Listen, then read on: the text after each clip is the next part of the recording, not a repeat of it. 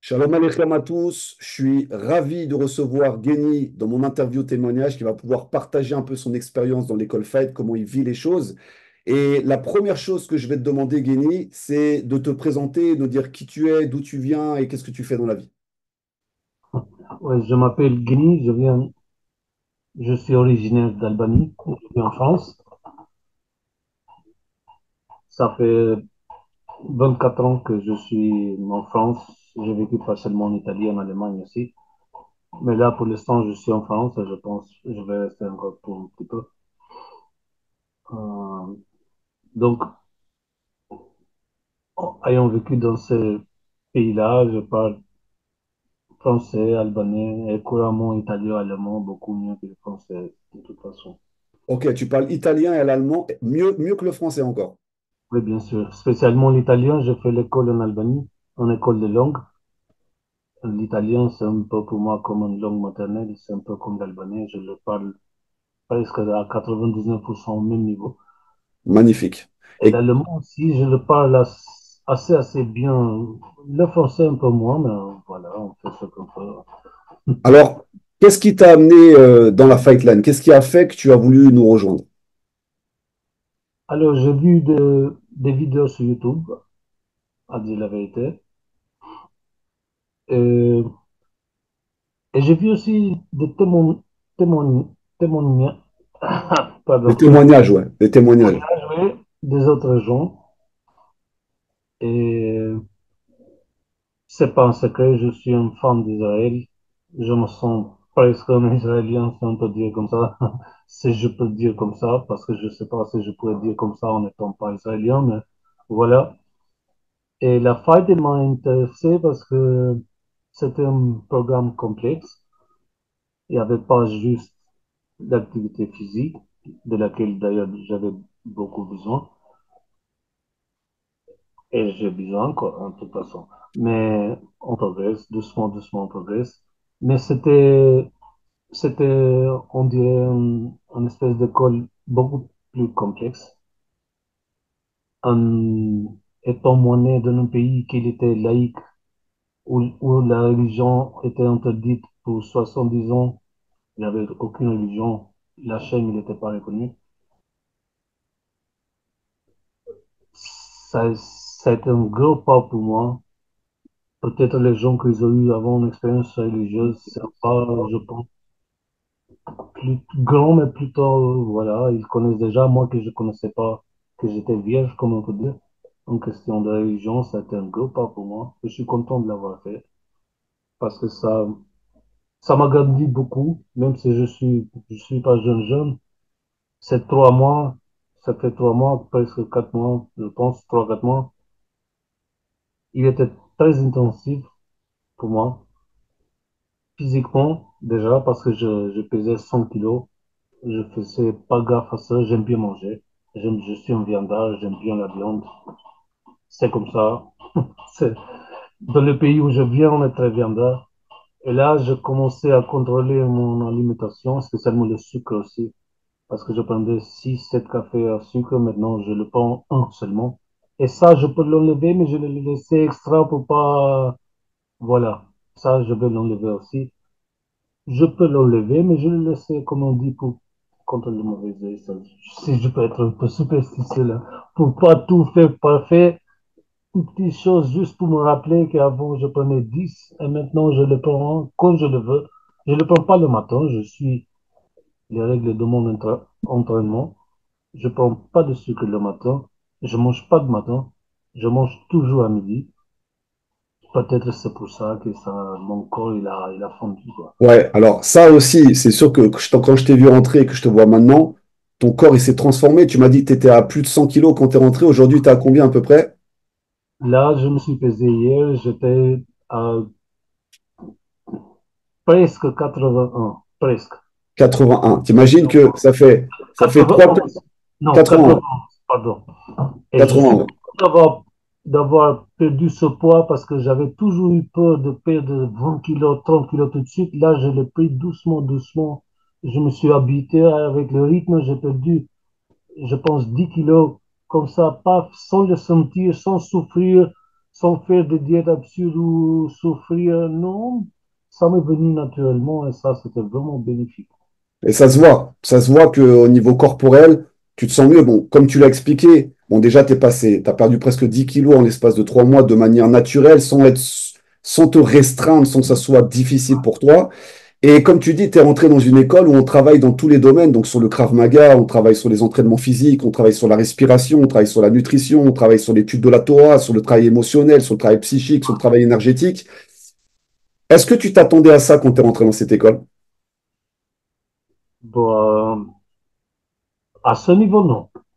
Je vais être sincère, on n'a pas menti. À ce niveau, je m'attendais pas. Je pensais de quelque chose de plus léger, que c'était concentré plus sur l'activité physique, et les autres, c'était des complémentaires, comme je l'ai pensé avant. Mais là, quand je suis rentré, j'ai compris que c'est pas de tout ça. En fait, il n'y a pas de choses complémentaires. Toutes les choses, c'est comme une chaîne où tu suis le rythme toute la journée, et ça, c'est bien ça.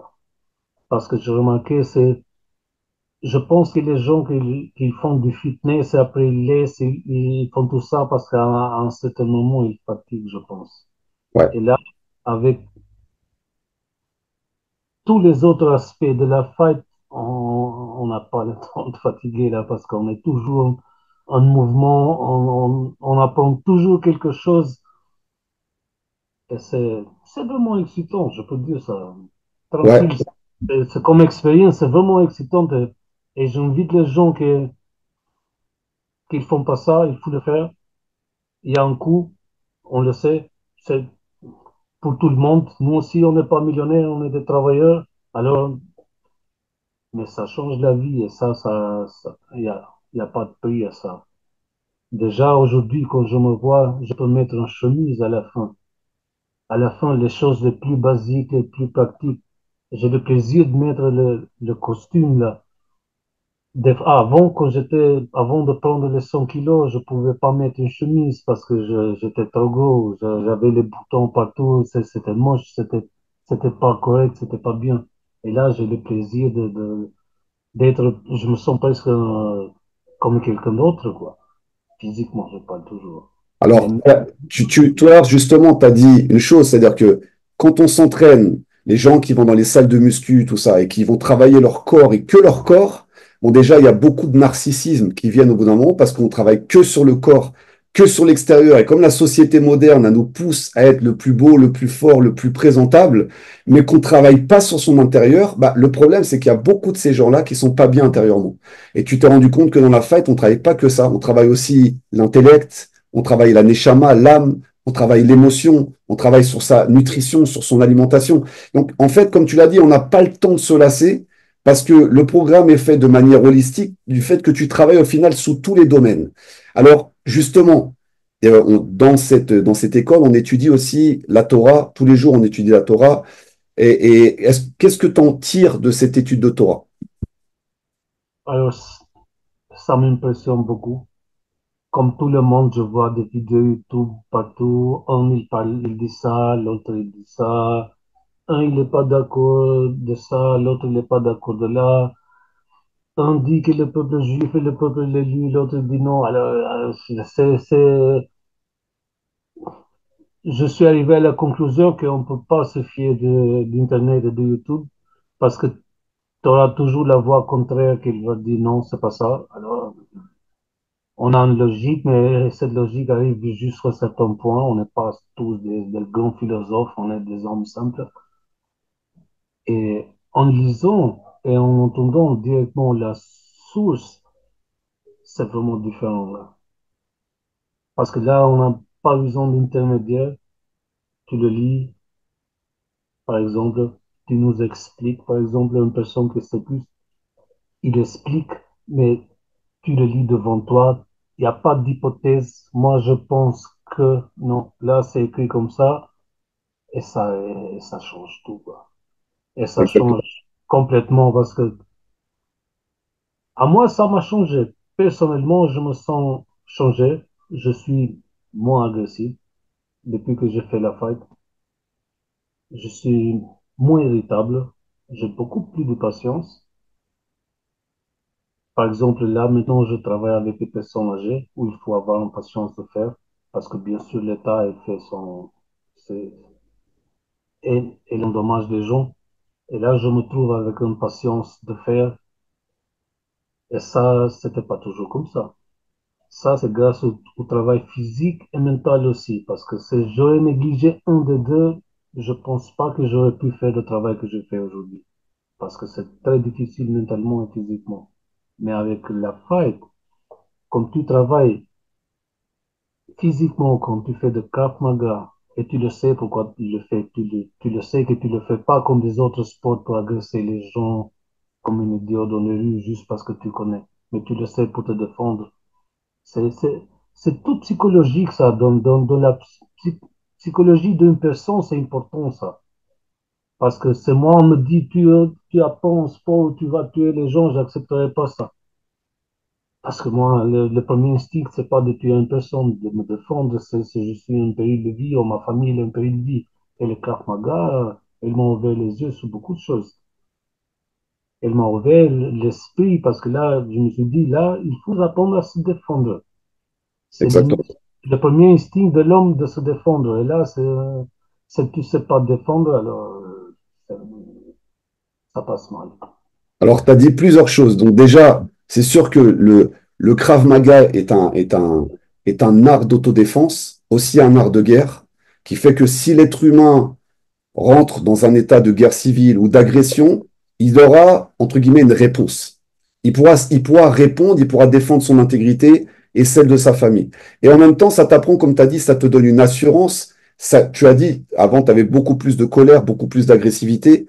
Au contraire, là, ça t'a permis aussi de mieux lutter sur ton ennemi intérieur grâce à l'étude de Torah, mais aussi à l'étude de Krav Maga, parce que ça te permet de savoir ce que tu peux faire, les dégâts que tu peux faire, et aussi de lutter aussi sur les peurs, les craintes, le doute, le fait de s'engager à s'entraîner, s'engager à venir, de venir véritablement se rendre compte de la coordination, de la puissance, de la vitesse qu'il faut décupler pour pouvoir être efficace. Et ça aussi, c'est une véritable étude. Parce que souvent, on pense que l'étude, c'est que dans un livre, et tu l'as très bien dit, ce qu'on étudie, on l'étudie à la source d'un livre, un source de la Torah, on va étudier le Ramchal, on va étudier Messilat Yesharim, on va étudier le Rav Kook, on va étudier le Chumash, plein d'études, donc ils sont à l'appui des textes. Comme tu l'as dit, beaucoup de personnes vont sur YouTube, mais ils vont pas à la source des choses, malheureusement. Là, ça te permet véritablement de rentrer et d'avoir une étude réelle sur ce qui est écrit en hébreu puis en français. Et le Krav Maga aussi, c'est une étude du corps. Il n'y a pas que ça qu'on travaille aussi dans la fight, on travaille aussi sur la partie interne, sur l'énergie, sur la partie intérieure, la réalité augmentée, la mémoire cellulaire. Est-ce que tu peux nous partager un petit peu ton expérience, comment tu as ressenti ce travail profond où je vous accompagne sur la partie intérieure de l'être humain? Alors là ça a été un peu plus difficile pour moi, personnellement, parce que quand j'ai fait l'expérience, mon corps, il m'a presque désobéi. C'était vraiment dur, même si j'étais fort mentalement, je voulais le faire, je voulais pas baisser les bras, non. Arrivé à un certain moment, mon corps, c'était vraiment dur pour moi personnellement. Je sais pas qu'est-ce que le ressentent les autres. Une fois que c'est fini, après c'est autre chose. Là, je me suis senti léger, mais c'est comme si j'avais 18 ans là. J'étais presque en train de danser le lambada, quoi. Mais au l'instant où j'ai fait ça, ça a été vraiment dur parce qu'avec la respiration et tout ça, ça te met dans un état que j'avais pas ressenti avant. Et je suis pas un plaignard de nature, je suis pas une personne très faible, je suis une personne normale. Et là, j'ai mis toute ma volonté là pour réussir là. Et mon corps, c'était vraiment profond, hein. Ça, il faut que je maîtrise un peu mieux. J'espère qu'on aura des autres cours. Parce que là, en plus, la respiration, j'ai remarqué qu'après avoir fini, je respire beaucoup mieux. Les mêmes choses que là-bas, je me suis bloqué, peut-être psychologiquement, je ne peux pas l'expliquer. quand j'ai fini, j'ai essayé par moi-même de faire le même type de respiration et j'ai vu que, en fait, je le faisais, quoi. C'était pas si difficile. C'est Est-ce que, difficile. est-ce que ton état de conscience, il a changé pendant la respiration? Est-ce que tu sentais quelque chose de différent intérieurement, rien qu'avec justement ces phases de respiration? Avec les phases de... Oui, c'est difficile à expliquer, mais c'était comme si je m'éloignais un peu de moi-même. C'était une sensation vraiment bizarre. C'est vraiment comme si je commençais à m'éloigner de moi-même. Comme j'avais toujours la logique, mais mon corps, il a commencé comme si j'avais une autre personne dans mon corps, dans mon corps. C'était, c'était difficile, mais c'était vraiment un truc qu'il faut qu'on, qu'on, qu'il faut qu'on essaye, il faut qu'on essaye et il faut le réussir. Parce que ça te mène une calme. Après, j'étais toute la journée comme Heidi, quoi, dans le film, là, quand elle danse, la petite fille, là. Et ça m'a choqué énormément, parce que mon corps, après, s'est libéré complètement, là. Complètement. J'étais comme un petit gamin hein, qui lui donne une glace. Voilà.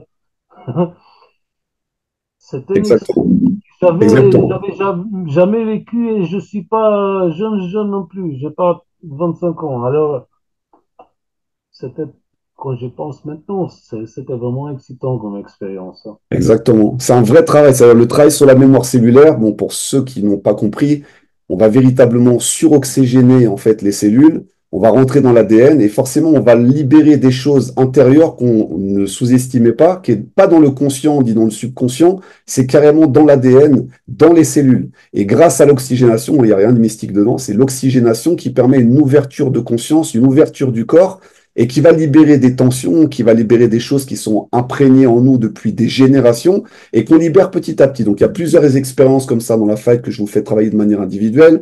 Il y a aussi le fait, pour changer aussi de sujet, il y a aussi le fait que bon, tu es passé devant un Beddin, tu es passé devant le Rav Cherki, tu as pris sur toi les lois noachides. Comment tu peux un peu expliquer rapidement cette expérience, comment tu l'as vécue et qu'est-ce qui t'a donné l'envie justement de prendre sur toi cet engagement devant Hachem et devant les rabbinim? Bon, je l'ai pris parce que déjà, Hachem, il a commandé ça. Alors, je n'ai pas discuté. Franchement, comme je le pense de ma petite personne, je n'ai pas discuté les ordres d'Hachem. Il faut que je les exécute. Comme je pense tout le monde doit faire, il ne faut pas se laisser entraîner par l'ego. Que moi, non, moi je suis Guinée, Hachem il a dit ça, moi je fais ça, moi je fonctionne comme ça. Après, chaque personne elle est différente. Mais moi, je ne vais pas contredire le maître de l'univers, quoi. C'est pas possible pour moi. Je l'ai, je l'ai fait de ma volonté, en conscience. Les règles, elles sont, bien sûr, sont justes, parce que c'est lui qui l'a dit, alors je le trouve qu'il n'y a pas de choses imparfaites là-dedans. Chaque personne de bonne volonté au, d'un âme civique, bien sûr, on parle pas de la religiosité, de l'amour pour la chaîne, ça c'est bien sûr. Mais je parle même les gens qui sont pas rentrés encore là-dedans, c'est des lois justes. Je pense que chaque personne, il doit les suivre. On n'est pas des juifs, malheureusement, mais on n'est pas obligé parce qu'Hachem, il a dit, voilà, les sept lois, il faut que tu les suis à la lettre. Et je suis à la lettre pour l'instant. Je mange plus d'huîtres, déjà que j'en ai, parce que tu sais que j'aimais bien. C'est notre monde. Pour moi, que je parle, si je peux dire quoi, un background, une culture religieuse, c'est notre monde. C'est, je le trouve pas mystique comme les autres. Je suis pas ça parce que c'est mystique, parce que je sais pas qui va se passer. Non, je le suis parce que Hachem, il a dit ça, la Torah, elle dit ça. La Torah, c'est le plus vieux livre du monde. Donc, Moi, je j'ai pas la possibilité ou les capacités mentales de discuter les autres d'Hachem. Donc, pour moi, c'est tout clair, personnellement. Après, Alors, chacun est libre de faire de sa conscience comme il la pense. Moi, j'ai un ego, comme tout le monde, mais j'ai pas un ego si grand. Alors, il faut connaître ses limites. Moi, je connais ma limite. Et c'est pour ça que j'exécute. Et je suis content de faire ça. Je suis content de pas gratter ici, gratter là-bas. Ça sert à rien parce que la vérité, elle est là. Qui a les yeux, il peut le voir. Qui veut l'entendre, il peut l'entendre. S'il veut pas, après, il veut trouver des excuses. Chacun est libre de faire son choix. Je juge pas. et tu nous l'as dit, tu es, albanais de Oui, naissance et oui, tu te sens proche d'Israël. D'où vient ton amour pour Israël? Ça, d'où vient ce lien où tu te sens justement proche du Ham Israël, connecté au Ham Israël? Le peuple albanais aussi a traversé pas mal de choses. Qu'est-ce qui ouais. te lie comme ça au peuple hébreu? Comme, en effet, l'histoire d'Albanie et du peuple juif, je ne vais pas dire Israël parce que l'histoire elle est très ancienne. Si vous voyez par exemple les amis d'Israël sur la map d'Europe, il n'y a que l'Albanie. Alors, l'Albanie est en bleu, tout le reste il est en vert, et après il y a le rouge aussi, bien sûr. Mais l'Albanie elle est en bleu. Parce qu'on a une vieille histoire, ça dure presque 2000 ans maintenant.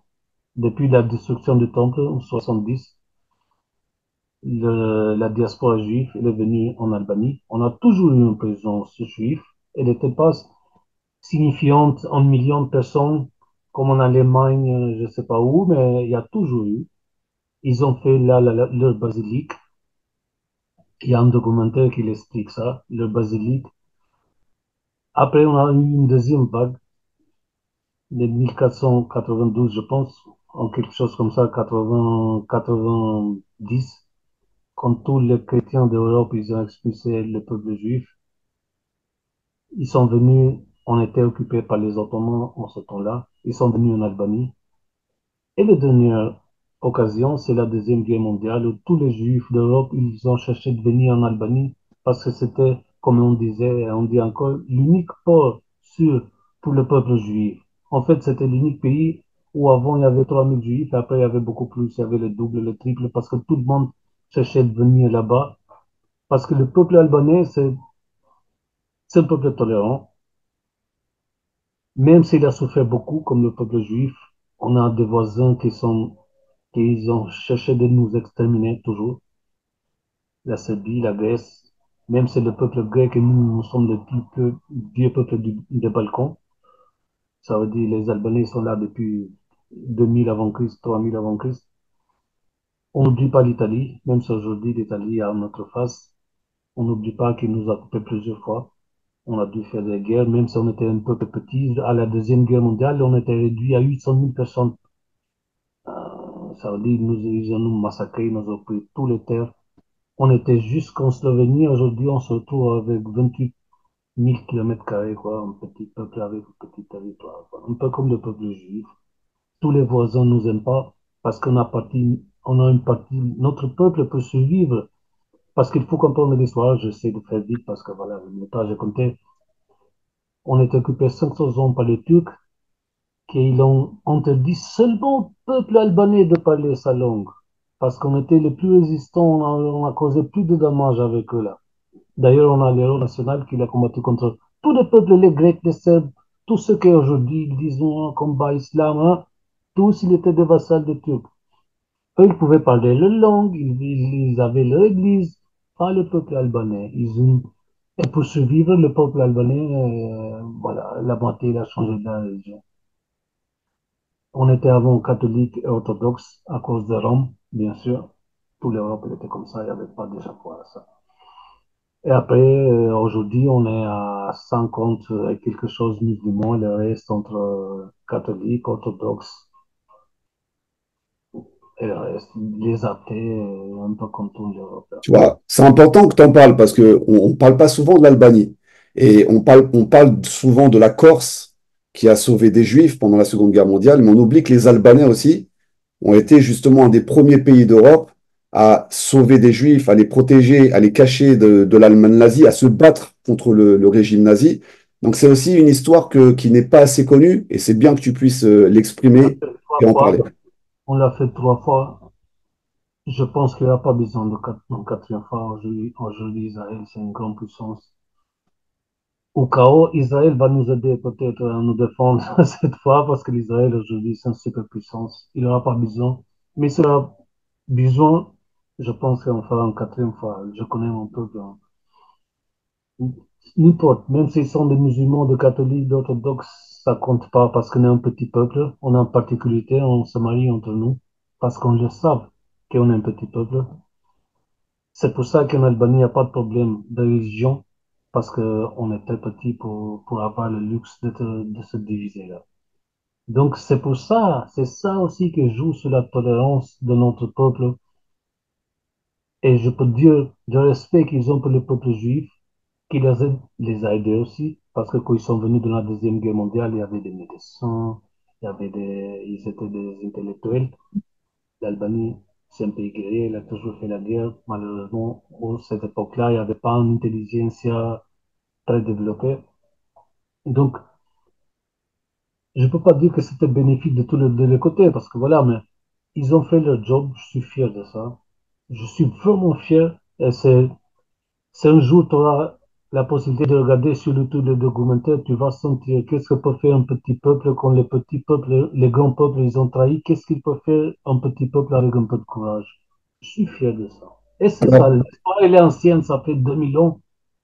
On est toujours pro-Israël, aujourd'hui même, je pense qu'on le sera demain, 200 ans, parce qu'on connaît bien la Palestine, on sait comment ça marche, même si on a un parti musulman, on le sait que c'est pas juste, que c'est pas une guerre juste qu'elle fait.